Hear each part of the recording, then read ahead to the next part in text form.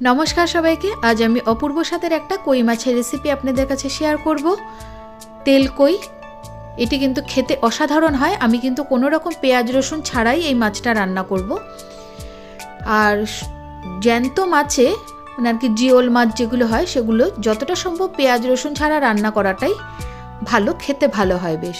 তো আমি মাছগুলোকে প্রথমে আগে ভালো করে ধুয়ে নিয়ে লবণ আর হলুদ মাখিয়ে রেখে দিয়েছিলাম। এরপর কড়াইতে বেশ খানিকটা সর্ষের তেল গরম করে তাতে মাছগুলোকে এপিটোপিট করে লাল করে ভেজে তুলে নেব। খুব কড়া করে কিন্তু মাছগুলোকে ভাজবেন না, একটু হালকা করে ভেজে নিতে হবে। এরপর কড়াইতে ওই তেলের মধ্যে আমি দিয়ে দেবো 4টে ছোট এলাচ আর 4 টুকরো দারচিনি ফোড়ন। ফোড়নের বেশ ভালো একটা গন্ধ বেরোলে এর মধ্যে আমি দিয়ে দেবো বড় সাইজের একটা টমেটো আর 2 ইঞ্চি পরিমাণ আদা একসাথে আমি একটা গ্রাইন্ডারে মিহি পেস্ট করে নিয়েছিলাম। এই পেস্টটা আমি দিয়ে দেবো তেলের মধ্যে। দিয়ে দেবো হাফ চামচ পরিমাণ কাশ্মীরি লঙ্কার গুঁড়ো, হাফ চামচ লাল লঙ্কার গুঁড়ো, দিয়ে দেবো স্বাদ অনুযায়ী লবণ। এই রান্নায় কিন্তু অল্প একটু চিনিও দেবেন, মিষ্টিটা দিলে স্বাদটা ব্যালেন্স হবে আর খেতেও বেশ ভালো হবে। এরপর সব মশলাগুলোকে ভালো করে মিশিয়ে নিয়ে আমি মশলাটাকে কষিয়ে নেব। মশলাটাকে কষিয়ে তেল ছেড়ে বেরিয়ে আসলে এর মধ্যে আমি দিয়ে দেব গরম জল।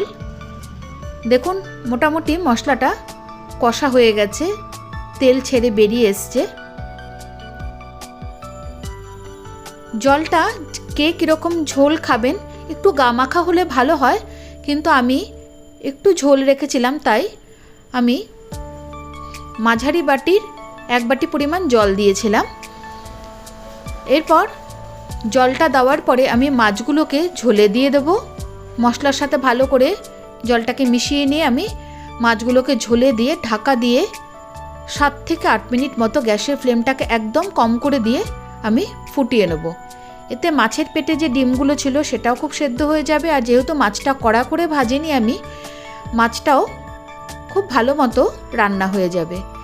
ঝোলটা ফুটে গেলে ঢাকা খুলে নিয়ে আমি এর মধ্যে দিয়ে দেবো ছোট চামচের 1 চামচ পরিমাণ ঘি। এতে কিন্তু গন্ধটা খুব ভালো হবে। ঘিটা দিয়ে গ্যাসের ফ্লেমটাকে একদম অফ করে দিয়ে আমি ঢাকা দিয়ে 5 মিনিট মতো রেখে দেবো। রেসিপিটি কেমন লাগলো অবশ্যই জানাবেন, ভালো লাগলে শেয়ার করে দেবেন।